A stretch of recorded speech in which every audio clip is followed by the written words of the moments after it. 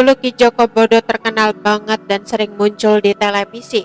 Dia dikenal sebagai orang pintar atau paranormal. Konon katanya dia dulu memiliki kesaktian yang mumpuni hingga punya ribuan jin yang mengikutinya.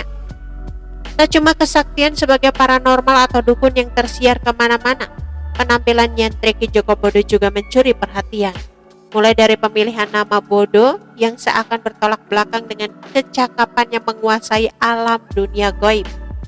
Lalu, rambut gondrong warna putih yang mempertegas profesinya sebagai paranormal sakti mandraguna.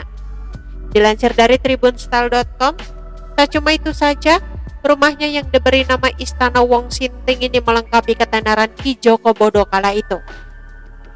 Lalu katanya Ki Joko Bodo ini kini sudah bertobat dan hijrah. Ia tak lagi menjalani dunia kelam perdukunan. Pekerjaannya juga sudah berganti berikut penampilan nyentriknya. Dia sudah seperti bapak-bapak normal seumuran Pak D. Berikut pembahasan selengkapnya kabar terbaru Ki Joko Bodo yang sudah bertobat dan meniti jalan yang benar. Mantan paranormal, Ki Joko Bodo memang cukup dikenal oleh masyarakat Indonesia.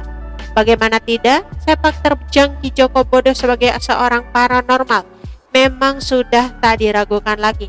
Bahkan bila berkaitan soal mistis, nama Ki Joko Bodo tak pernah lepas dari sorotan.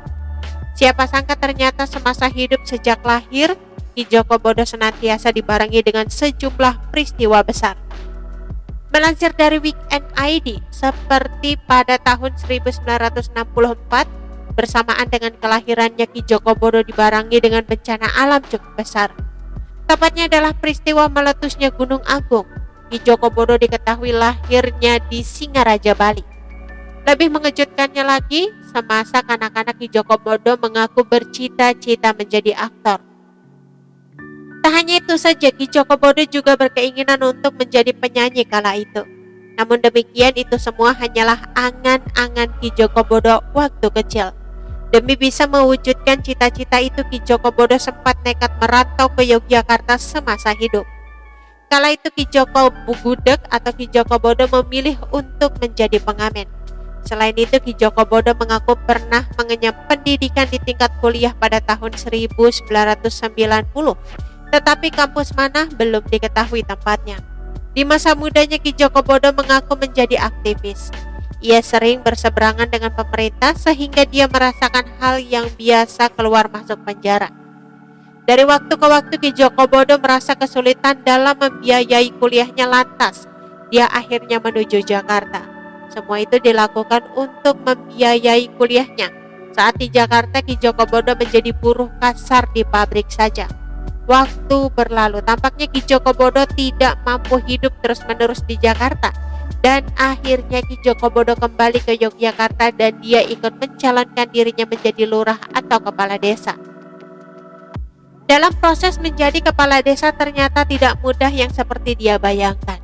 Ki Joko Bodo mengikuti seleksi tahap demi tahap untuk menjadi kepala desa. Katanya tahapan-tahapan itu membulat dan akhirnya Ki Joko Bodo tidak bolos dalam seleksi tersebut.